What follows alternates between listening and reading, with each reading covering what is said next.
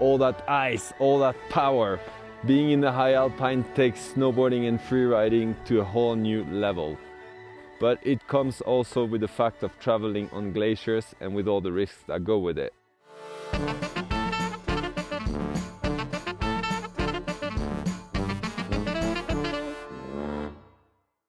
So it's really important to know that when being on a glacier, you're sitting and riding on a terrain that's completely alive. To give you an idea, glaciers move about a meter a day.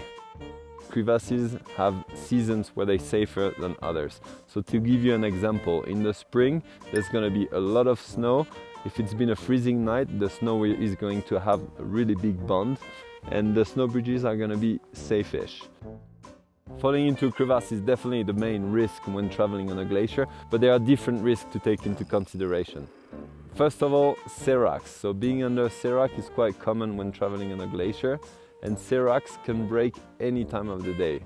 So it's not because it's getting warm that they're going to be more likely to break, they're just related to the movement of the glacier. Also, when seracs fall, they can create really huge avalanches because of all the weight going on the snowpack.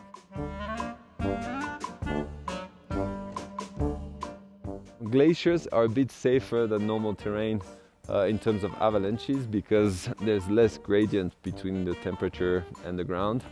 But at the same time, glaciers present a lot more terrain traps. A tiny slab on a glacier can become really lethal if it takes you into a crevasse because you're all of a sudden going to get buried under meters of snow. One of the big dangers of traveling on a glacier is to be caught in bad weather or in a fog. So it's really important to have a digital map or a GPS to know exactly where you're at. And also a little trick is to being able, when the visibility is still good or before getting caught in the bad weather, to be marking all the GPS points of all the zones that are not crevassed.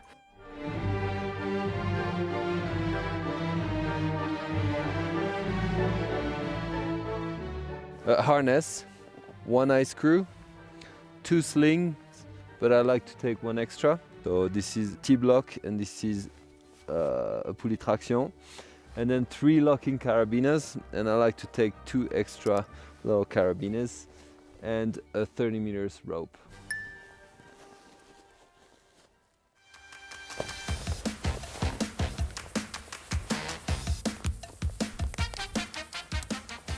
First, I like to have a sling with a very accessible ice screw. How to attach the rope. So it's pretty simple. So you can do either a classic 8 knot, so that's the knot that you do in a basic way for rock climbing. Up, follow back. That's a classical way. Another way to do it is a carabiner. That way you're quite flexible and a bit faster to rope and unrope. No walking without being roped up. That's rule number 1. It's important to leave between 8 and 15 meters depending on the size of the crevasses and the snow bridges. So if you're more than 2 people and there's someone in the middle, they can just tie with a normal bow knot and a carabiner to their harness.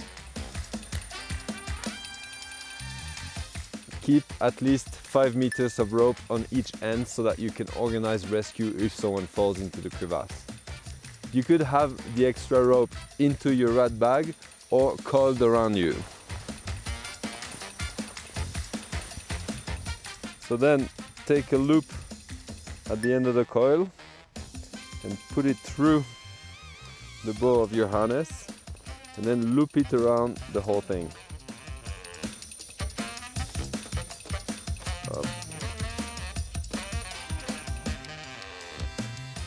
Pass it through, and it's gonna be good to lock it with a locking carabiner to your harness.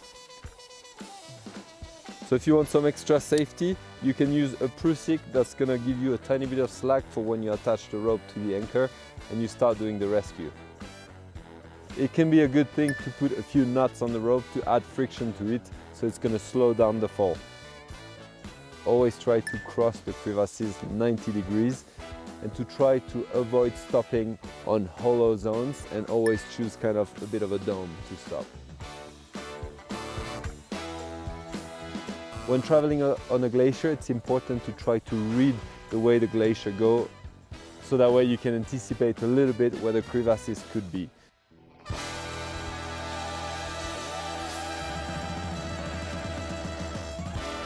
At the end of the day, being able to travel on a glacier will bring you to such incredible slopes and incredible adventures, so it is all pretty worth it. So be safe, have fun, and see you in the high mountains.